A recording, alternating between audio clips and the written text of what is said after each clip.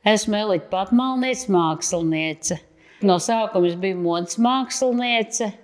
Pēc tam es akadēmijā mācījos gleznot, zīmēt man ļoti patika. Un tad tā kā viss apvienojās tādā vienā vārdā, es varētu teikt māksliniece tomēr. 10 gadus strādāju Rīgas modēs, un tad jau, kad sākās brīvība, Rīgas modes likvidēt, tad es beidzot nolēmu, ka vajadzētu stāties akadēmijā. Kaut arī bija mēģinājums stāties akadēmijā pirms tam, un tur tik vienkārši jau, kā zinām, nevar tikt iekšā. Un tad es iestājos kā reiz akadēmijā, modes nodaļā, kad viņa tikko bija nodibināta. Un tad tur viss kaut ko apguva. Citi jau domāja, kad es strādāju par pasniedzēju, bet es vēl mācījos, jo es biju vecāka par maniem kursa biedriem, 12 gadus apmēram.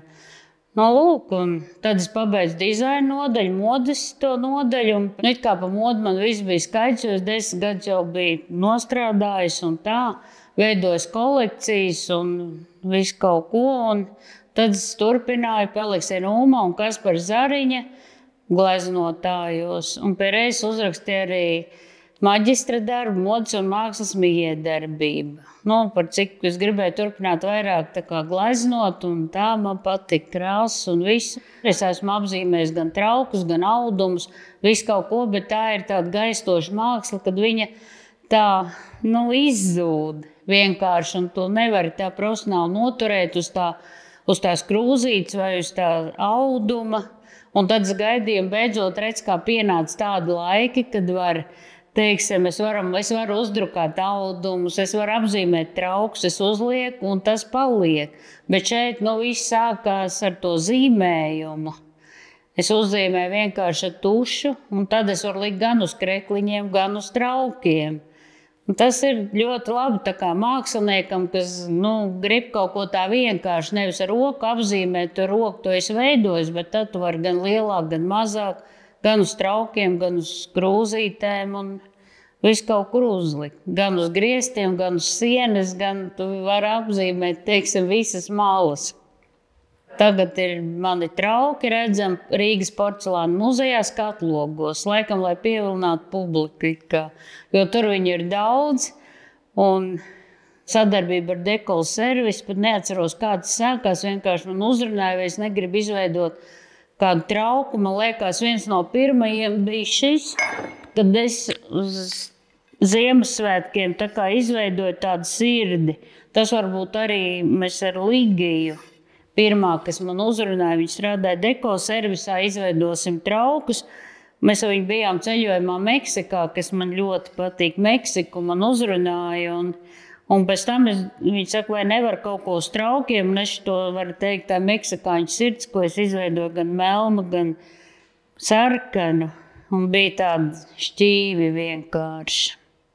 Šis vairāk ir tā kā, veidots, kad tieši ar Daci kopā, Daci Blūmu, kas tā kā ir mākslinieci, viņi visu kaut ko pateica veidot, kā šķīvi veidot. Tas sanāk, tu zīmē, bet iztais tā kā tam šķīvim par cik maliņas tādu piegriezni. Un tā taisa. Šitie man ļoti patīk, šitie šķīvi. Un pēc tam jau, ka tev ir visi tie elementi. Es vienkārši zīmēju.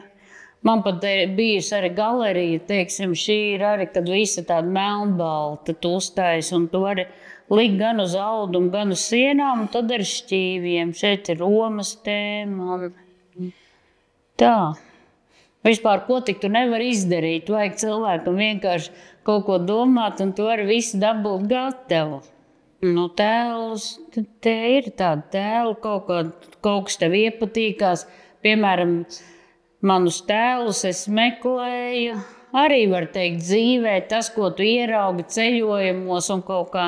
Man ir tā manu tēlu, it kā viņi, tēli, tā kā priekšmeti, kaut kas tāds, kas man patīk. Es viņus varu mierīgi pārzīmēt un tad veidojās, reku, te piemēram tāda acis viena, vai sikspārns, vai tulpe. Un tā es viņus papildinu, vai roka.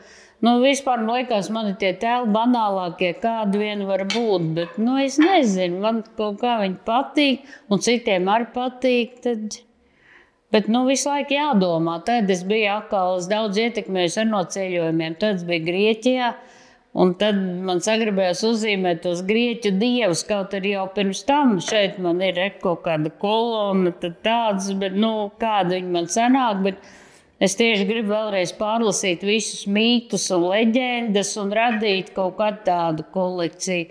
Bet es principā, kas man patīk, tā uzzīmē pa priekšu, un pēc tam tas piepildās. Es kaut kur esmu tur, un tur ir antīkie varoņi un viss kaut kas. Tā kā pati dzīve, tu vienkārši pieliec un uzzīmē, un tā ir. Es tad gribētu izveidot tādu šķīvi, piemēram, arī kaut kā tu pats vari izveidot, tā kā mālā vai materiālā, un pēc tam viņu apstrādā, tev var 3D ritīgi izveidot formu. Man ir arī viena skulptūra, ko es izveidoju. Principā viņi arī varētu uztaisīt no porcelāna, bet viņa ir tādā materiālā liela. Es izveidoju tādu skulptūru, pēc tam viņi uztais milzīgi, tādu, cik viņi tur 3 metri liela. Visu, ko tikai nevar taisīt, bet nevajag slinkot, vajag visu laiku kaut ko gribēt, kaut ko veidot.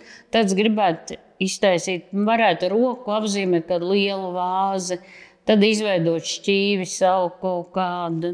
Vispār par to jau nevajag runāt, to vajag izveidot, parādīt, un tad tas ir trauks vai kaut kas tāds. Man mīļākās krāsas, protams, ir melna, tas ir melnbalts. Es izmantoju tādas krāsas, ko var izspiest, kādi ir tie dekoli. Bet tad skatos, ir tāda liela siena, es atzīmēju. Man patīk lilā, man patīk sarkans, rozā, dzeltens, zaļš. Katrā momentā ir savas krāsas. Tā gleznojot, man tad patīk, teiksim, rozā ar zaļu, kā sanāk tāda kombinācija. Tā kā Gucci viņiem ir rozā ar zaļu. Bet ir dažādas nianses tām krāsām, vai dzeltenīgs, zaļš, vai viņš atkal tāds riktīgi tumša. Vispār man patīk zaļā krāsa, bet dekoliem laikam nav viegli viņu attēlot.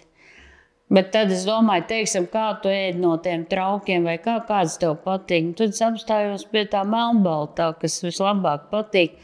Var jau visādi, es varbūt gribētu tādu smalkāku. Ir vieniem kas veido ļoti smalkus, tāds melnus tušas zīmējums. Kaut arī man arī zīmēta viena acis, teiksim, ar uz tiem traukiem, viņi ir zīmoli un nekāda vaina. Tādi īpašie trauki, principā man visu viņi patīk. Vienmēr, kad tu izradi kaut kādu jaunu zīmējumu un uzliec, un tad tu redzi, ka viņš labi izskatās un kaut kā, kādu saliec kādā kompozīcijā. Viss patīk. Es domāju, varbūt tā īpašā tāda kolekcija, ko es varētu nosaukt, ka tā ir tiešām kolekcija, tāda man ir vēl jāizveido. Es domāju, tā būs vēl priekšā. Es domāju, nekad nevajag apstāties, vajag vienmēr kaut ko taisīt, kamēr tu kaut ko dari un izdomā jaunu, tikmēr tu esi dzīvs.